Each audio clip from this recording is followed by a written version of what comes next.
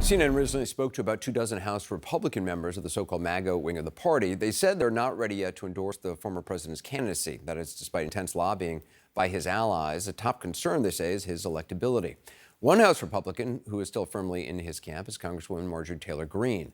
On Tuesday, during a meeting of the Republicans' Election Integrity Caucus, she was back to pushing false, baseless claims that the election was stolen. This time in the face, literally, of one of the top election officials in her state, Georgia, Gabriel Sterling, who has bravely resisted immense pressure to overturn the election there. Here's how that went down.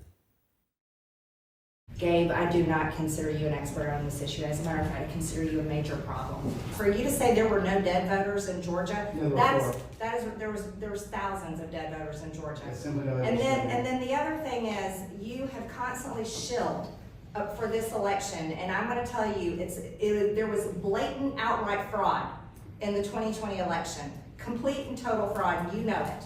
You absolutely do know it. And I'm going to follow up with one more thing. Trump won Georgia. I know you don't like for me to say that, but I am convinced that he did.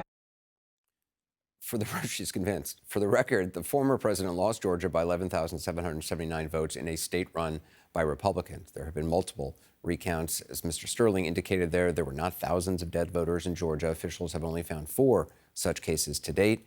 Gabriel Sterling joins us now.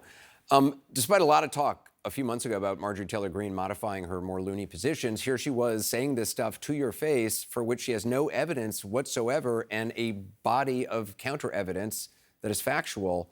As a loyal Republican, does it concern you that a member of the House Election Integrity Caucus, no less, is perpetuating these lies still? Well, it's interesting because we had started the meeting. She came in late.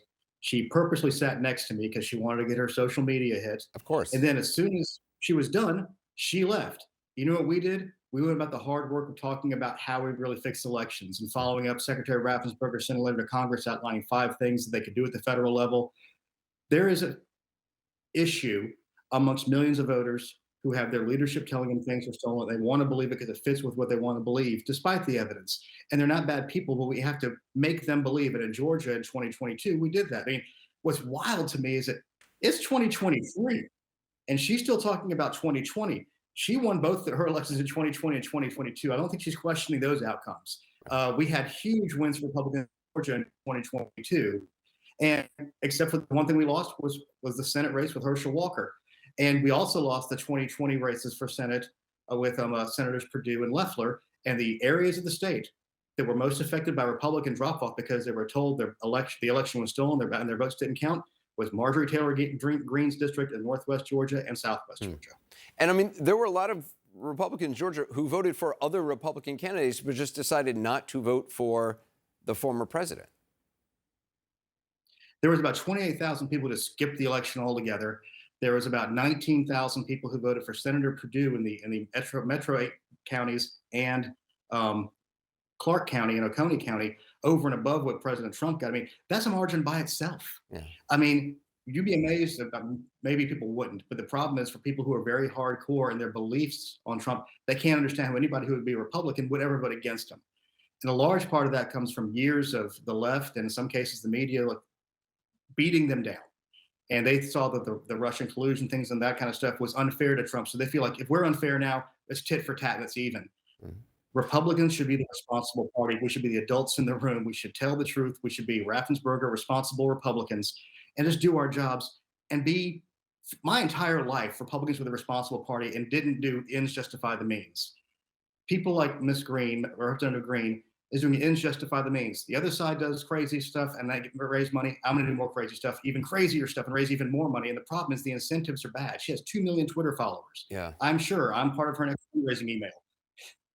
Well, there's no doubt about that. What you're so telling, though, and I'm so glad you pointed out that she came in late, and then after she did her performative thing, consciously sitting next to you, that she left afterward, and you and the others continued to actually do work. It says so much about the way she views her role as a public official. I mean, she's not there to pass legislation. She's not there to sit in boring meetings and go into the minutia of election integrity like you do day in and day out, and bravely so. She's there to get the media attention and then walk out.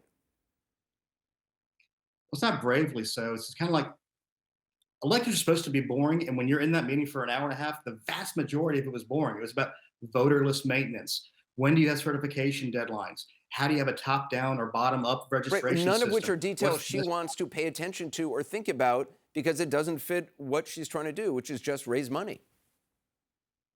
In part, yes. And, you know, I've gotten a lot of, I've gotten flack from some people for not pushing back on her and praise from others for my restraint. Pushing back on her in that kind of form was, I did a couple little things. I mentioned the 4 voters, but I said, you know what? She's going to do her thing. I'm going to sit here respectfully and listen. She is an elected representative. She has the right to do that. But just because you have the right to do something doesn't mean you necessarily ought to do it that way. Yeah, it's a cheap stunt and unfair. Gabriel Sterling, I really appreciate your time tonight. Thank you.